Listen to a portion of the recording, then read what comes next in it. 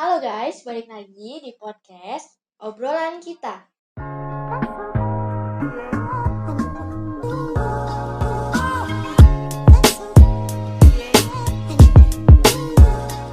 Nah, hari ini gue kedatangan teman-teman gue dari kampus BSI nih.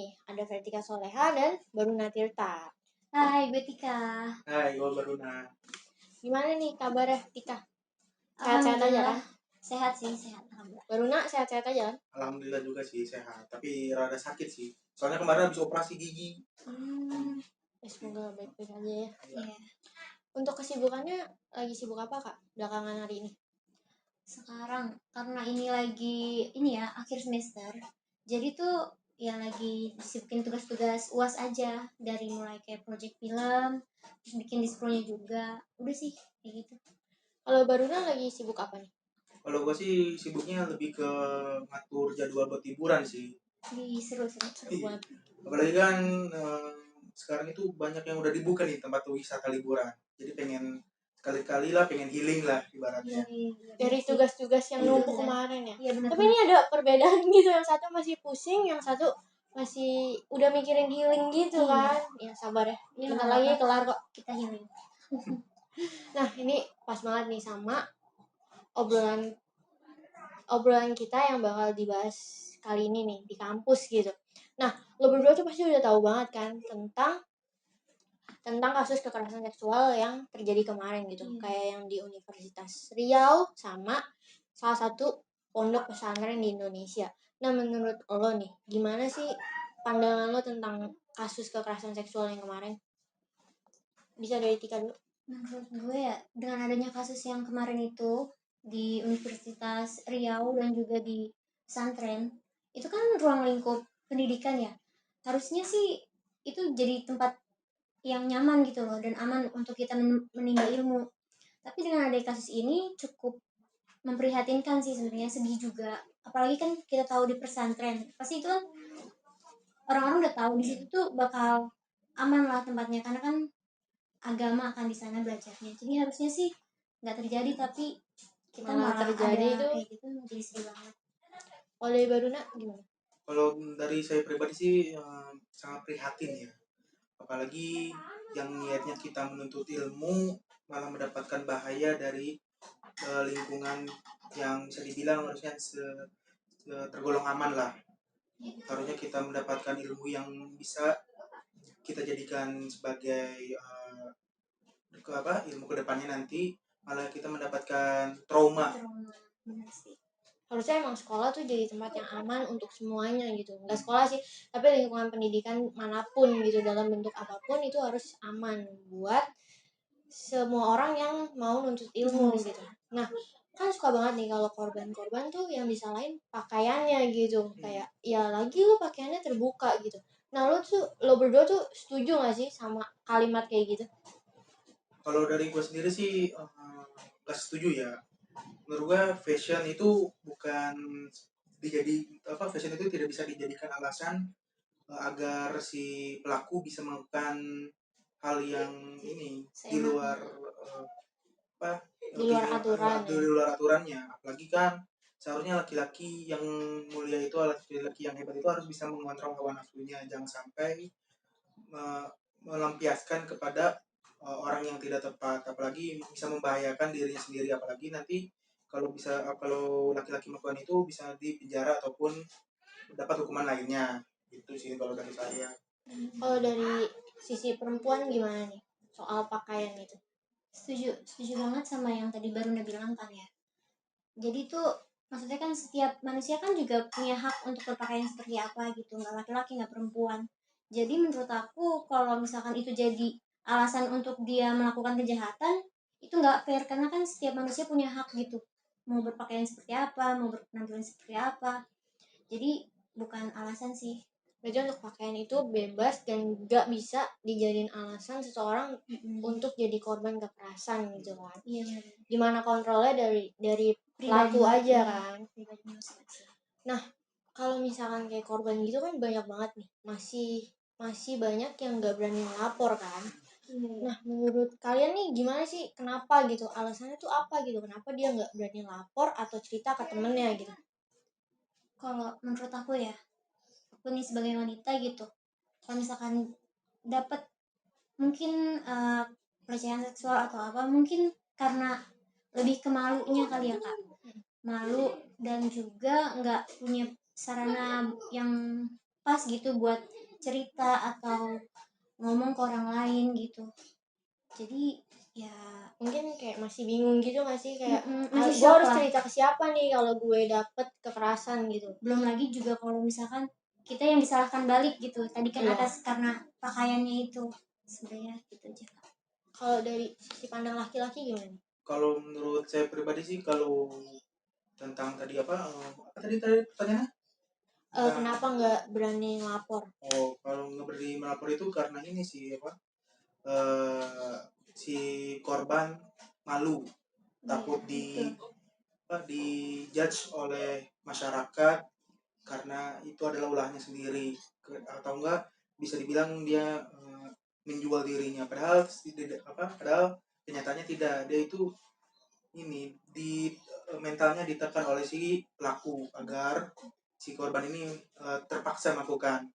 Jadi kita tidak bisa langsung menjudge orang lain, apalagi yang si korban ini perlu ini kesembuhan mentalnya kembali, apalagi kan kesembuhan mental itu tidak bisa disembuhkan secara instan. Itu sih kalau dari saya. Mungkin karena juga kan kalau kekerasan seksual kita nggak mandang umur dan kadang juga nggak mandang gender gitu kan, kayak laki-laki atau perempuan pun bisa dapat kekerasan seksual gitu. Dan mungkin untuk laki-laki sendiri pun kayak malu gitu, kayak lu laki kok kena kekerasan seksual gitu kan, lebih banyak malunya, dan dari sosial pun dia berat gitu. Nah, untuk hukumannya nih, kira-kira menurut lo berdua aja ya, hukuman yang pas itu sebenarnya apa sih buat pelaku gitu? Kalau menurut gua sih hukuman yang paling ideal sih ini sih terserah kepada si korban ya. Kalau misalnya kalau korbannya ingin si pelaku dihukum dikebiri, ya itu yang terbaik lah untuk si korban, karena yang merasakan pelecehan itu kan si korban, bukan kita. Iya benar-benar. Jadi mau gimana pun korban yang memiliki hak eksklusif agar si pelaku mendapatkan hukuman. Menurut saya seperti itu sih, hukuman yang bisa diubah lah. Kalau Tika gimana? Iya sama sih jawabannya kayak Baruna. Jadi kita mending kita tanyain lagi ke korbannya apa apa namanya, apa namanya, Karena dia ngerasain gitu nggak sih? iya jadi biar dia aja yang ngasih tahu apa sih hukuman yang setimpal untuk si pelaku itu gitu. Tapi mungkin untuk hukuman juga tetap berdasarkan sama hukum yang ada gitu ya, walaupun kita nanya ke korban atau gimana pun tetap berdasarkan hukum yang berlaku di Indonesia gitu. Nah, kalau menurut lo berdua nih, gimana sih solusinya tuh apa gitu buat ngurangin kasus kekerasan seksual ini gitu? Kalau menurut aku ya, untuk mengurangi tingkat pelecehan atau kekerasan seksual di Indonesia mungkin dari pendidikan seks sejak dini gitu loh kak. Jadi kan kita punya bekal apa sih bahayanya dari kayak gitu, melakukan kejahatan seperti itu, uh, baik kepada korban ataupun terhadap kita. Misalkan kita sampai ya jangan sampai gitu kita jadi pelakunya, pasti kan itu dapat bulian apa segala macam gitu, bisa juga dapat apa di penjara kan. Untuk korbannya juga pasti juga dapat trauma. Nah itu sih, jadi pendidikan seksual sejak dini itu menurut aku penting. Kalau dari Baruna gimana?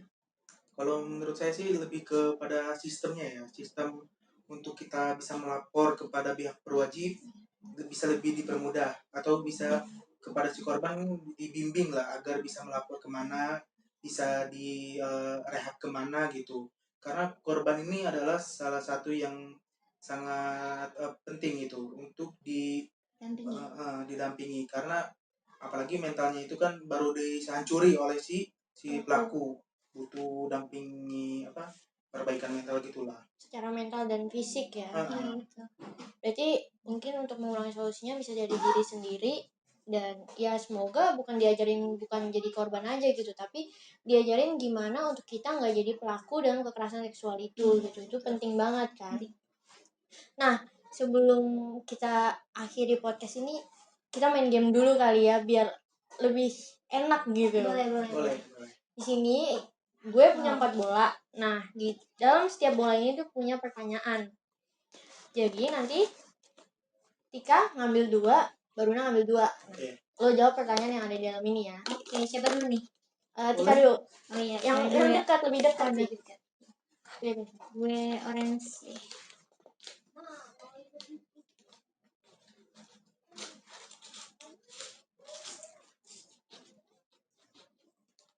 Apakah kamu pernah menjadi korban kekerasan seksual?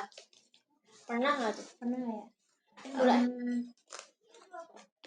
Kalau catcalling itu termasuk kekerasan seksual nggak sih? Mungkin balik lagi ke ini gak sih, kayak kenyamanan yang di catcalling. Kayak iya. kita kan cewek juga emang nyaman kayak di QQ-in gitu Iya. kan, cowok kan gak nyaman kan. Digituin. Jadi balik lagi ke kenyamanan sih kayaknya. Kalau kayak gitu misalkan membuat kita nggak nyaman, masuk sih ya pelecehan seksual gitu. Pernah sih kalau kayak gitu. Lu juga pasti pernah kan ngalamin di jalan lebih seringnya tuh. Banyak banget. Iya, banyak banget. Terus juga ada yang berkedok dengan assalamualaikum kakak. Oh iya, kalau nggak dijawab dosa katanya. Katanya, ya Tapi kan? dia Niatnya juga padahal mungkin dia ngegoda atau gimana gitu. Oke. Karena Baruna, saya Baruna. suka warna hitam, saya milih warna putih aja. Nggak Ya. ada, itemnya nggak ada di sini. Iya. Ada yang ini apa ya? Aduh, susah banget ini. Emang agak gitu, harus butuh effort lebih. Oke, pertanyaannya ini, apakah kamu pernah menjadi pelaku kekerasan seksual? Waduh. Kayak tadi mungkin kan, atau mungkin kayak catcalling cewek gitu. Coba dipikir ya. Saya itu nggak pernah sih ngelakuin kekerasan seksual. Apapun bentuknya, melalui verbal ataupun ini apa, secara fisik. Karena saya dari kecil itu dididik secara Islami. Apalagi dulu saya dari SD sampai SMK itu saya IT, Islam Terpadu. Saya diajarkan untuk tidak menyentuh wanita ataupun memandang wanita dengan penuh nafsu, karena itu menurut agama itu adalah sebuah dosa, karena itu adalah zina mata kalau dalam agama Islam ya. Iya. Itu sih kalau dari saya dari pertanyaan itu ya. Berarti penting juga ya, kayak agama gitu emang penting banget kan buat ngebatasin dan ngasih tahu juga ke kita. Nah, nih Tika, merah nggak mau merah? Nggak ada. Biru aja. Biru. Apa nih? Apakah kamu pernah mempunyai teman yang mengalami kekerasan seksual? Nah, atau kayak cerita ke kamu tuh pernah nggak sih, kayak temen gitu? Pernah. Temen aku pernah cerita. Dia pernah ngalamin kejadian di jalan juga, lagi-lagi di jalan. Itu dia lagi jalan nyari makan pinggir jalan, tiba-tiba ada motor datang melakukan begal payudara, itu yang lagi rame-rame waktu itu kan. Iya kayak gitu. Saat itu sih dia langsung shock dan ya udah Pastilah. ya udah langsung ditinggal aja gitu sama si pelakunya itu. Itu parah banget sih, pasti langsung shock, kaget, dan nggak tahu mau ngapain kan. Sampai rumah dia bilang sih cuma bisa nangis, belum bisa cerita sama siapa-siapa, cuma bisa nangis doang. Itu kasihan banget sih. Nih tinggal satu, Oh iya. diambilin, soalnya tinggal satu buat tempat yang lain kan. Apa ya? Aduh. Ini nih, kondisinya nih. Ada. Oh, ini dia ketemu. Apa ini? Apa yang akan kamu lakukan jika melihat orang sedang di apa di ini Kena udah kekerasan menjadi korban kekerasan seksual ya? Maaf nih tulisannya jelek nih. maaf ya, nggak kebaca. Kalau saya sedang apa, misalnya nggak sengaja, misalnya nih sedang di publik atau di kereta gitu contohnya, saya mungkin akan melakukan body block kepada si pelaku agar tidak melanjutkan kekerasan seperti itu lagi. Soalnya kan apalagi si pelaku ini menggunakan kesempatan dalam kesempitan lah. Menurut saya yang pertama saya akan melakukan body blocking ke si pelaku dan menanyakan apa sih maksud Anda gitu melakukan hal seperti ini. Lalu saya akan bertanya juga kepada pihak si korban, apakah kamu tidak apa-apa kalau kamu memiliki masalah atau tekanan mental atau nggak nyaman gitu ya. Saya bisa mendampingi Anda sebagai saksi bahwa si pelaku ini telah melakukan pelecehan seksual. Gitu sih. agar Berarti- kapok juga gitu, nggak kapok masalahnya di Indonesia selalu tuh ada aja ya. selalu karena kan kayak susah gitu nggak sih, udah gitu yang lapor aja tinggi gitu, apalagi kasus-kasus yang belum kita ketahuin kan, kayak tadi yang nggak berani ngomong. iya yang nggak berani ngomong itu tuh emang susah banget.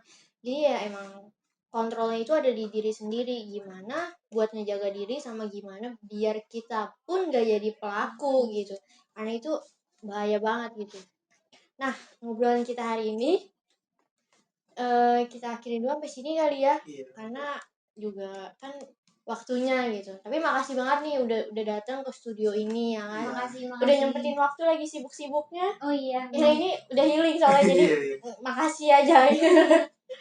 Nah, mohon maaf banget nih kalau misalkan dari kita ada salah-salah kata dan kekurangan. Makasih banget dan sampai jumpa di podcast selanjutnya. Di ngobrol kita. Jaga kesehatan, jangan lupa. Bye. Bye.